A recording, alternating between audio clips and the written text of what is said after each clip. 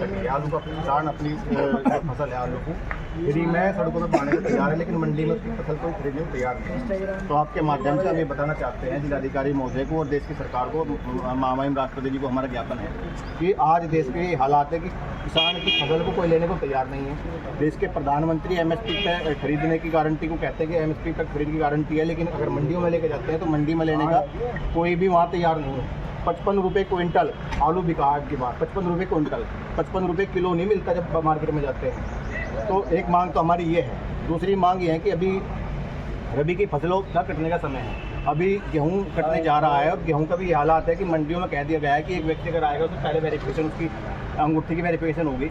अगर एक व्यक्ति के पास 50 बीघा ज़मीन है, 10 बीघा ज़मीन है और वो एक खेत उसका पहले पक गया, एक खेत बाद में पक गया, तो वेरिफिकेशन तो उसकी पहले हो जाएगी। तो दोबारा वो किस प्रकार मंडी में अपनी फसल लेकर जाएगा। दूसरी डिमांड ये है। तीसरी डिमांड हमारी ये है कि जो भारत अमेरिका व्यापार समझौता होने जा रहा है, भारत व्यापार अमेरिका समझौते में जो हमारे डेयरी है, पोल्ट्री है, कपास है, दालें हैं, ऐसी चीज़ों का भारत सरकार ने इसमें समझौता किया है।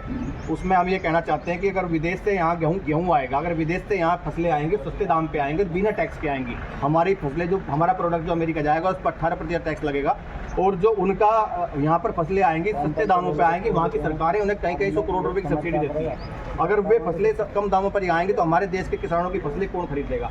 अगर हमारा गेहूँ आज 2200 रुपये क्विंटल है, 1600 रुपये क्विंटल वहाँ का आएगा, तो फिर यहाँ के 2200 रुपये क्विंटल कौन खरीदेगा।